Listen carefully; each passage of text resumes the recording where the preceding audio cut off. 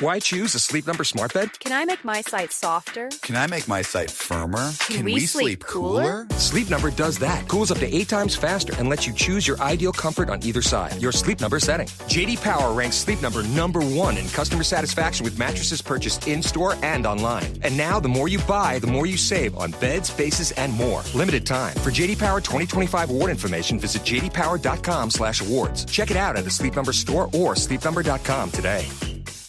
Jumpstart your January goals at Whole Foods Market. They have hundreds of yellow sale tags for feel-good savings across the store. Explore sales on sustainable wild-caught sockeye salmon fillets, organic boneless chicken breasts, and many more quality finds to support your wellness journey. In fact, Whole Foods Market is the only certified organic national grocer. Shop Whole Foods Market with so many ways to save all month long. Terms apply.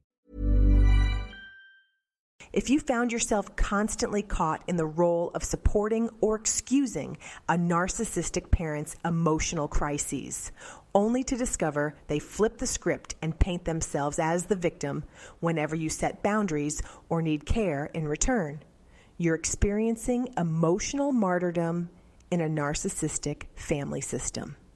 Maybe you spent years walking on eggshells around their dramatic declarations of being unloved, unappreciated, or misunderstood.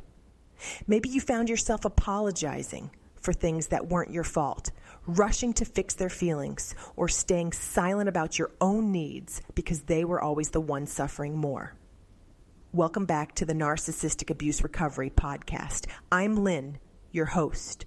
Today, we're talking about one of the most insidious manipulation tactics in the narcissistic playbook, emotional martyrdom. We'll explore how this weaponized victimhood keeps you trapped in cycles of guilt and caretaking, and why your exhaustion from these patterns wasn't weakness, but a normal response to psychological manipulation. Here's what's actually happening when a narcissistic parent plays the perpetual victim. They're not genuinely expressing vulnerable emotions or seeking authentic support.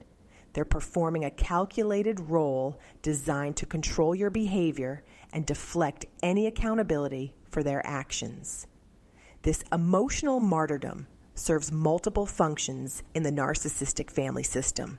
First, it positions them as the center of attention and concern at all times.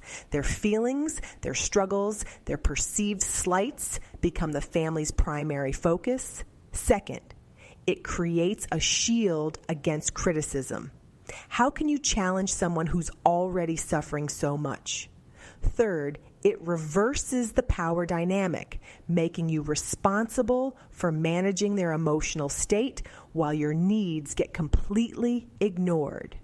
You might have experienced this as chronic complaints about being unappreciated while your own contributions went unnoticed. You might have heard endless stories about their difficult past used to excuse present-day cruelty toward you. You might have watched them stage dramatic crises whenever you tried to set boundaries or ask for support. The psychological mechanism here is projection and deflection wrapped in a victim narrative. When narcissists feel threatened by accountability, criticism, or loss of control, they immediately flip the script. Suddenly, you become the aggressor and they become the wounded party. Your legitimate concerns get reframed as attacks on their character. Your boundaries get twisted into evidence of your cruelty or selfishness. This creates a devastating psychological trap. You're trained to believe that your needs are secondary, that speaking up makes you the bad guy, and that their emotional regulation is your responsibility. You develop hypervigilance around their moods, constantly scanning for signs of their next crisis so you can prevent or manage it. What makes this particularly damaging is how it corrupts your understanding of genuine victimhood and authentic vulnerability. You learn to associate emotional expression with manipulation, making it harder to recognize when someone is genuinely hurting or when you yourself need support. The martyrdom performance is also incredibly draining because it's never ending.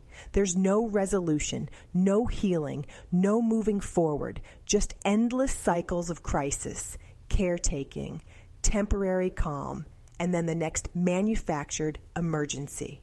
You're always one step away from being blamed for their next emotional collapse.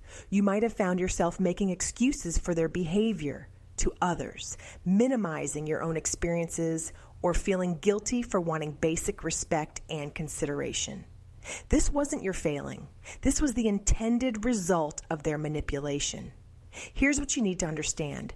Genuine victims don't weaponize their pain to control others. People who are truly struggling don't use their difficulties as get-out-of-jail-free cards for treating others poorly. Real vulnerability creates connection and empathy, not guilt and obligation. The narcissistic parent's emotional martyrdom is a performance, not authentic emotion. It's designed to keep you trapped in the role of perpetual caretaker while they avoid any responsibility for their impact on others.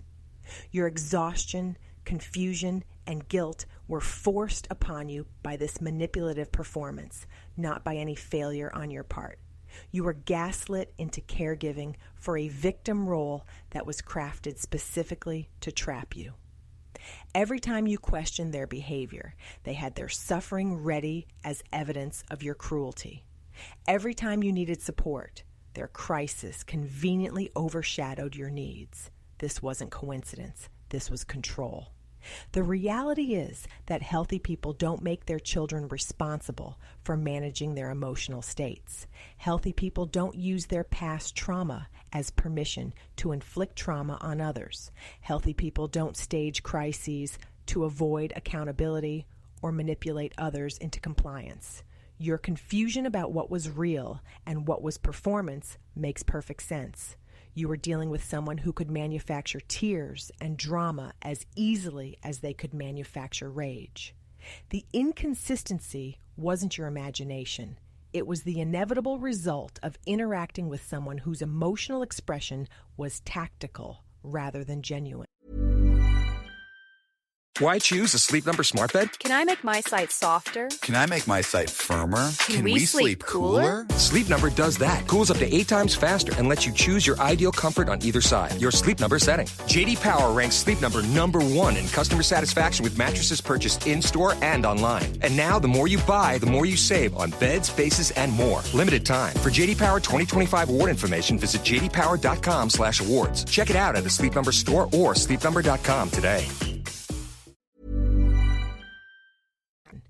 When you think about moments you were labeled unsupportive or cold by a narcissistic parent acting like the victim, what emotions and patterns come up for you about how you were made responsible for their feelings at your expense?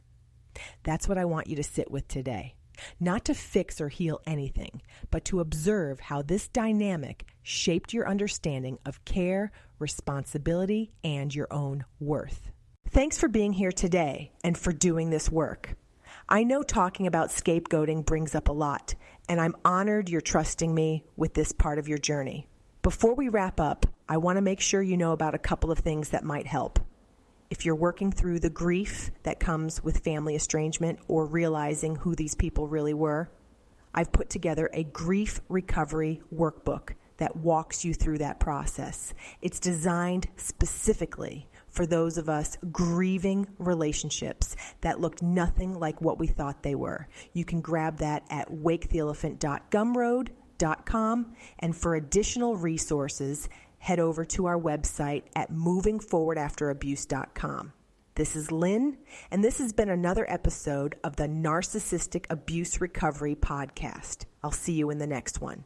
This podcast is for educational and informational purposes only. The content shared is not a substitute for professional mental health advice, diagnosis, or treatment. If you are experiencing a mental health crisis, please seek help from a qualified professional or contact a local crisis hotline.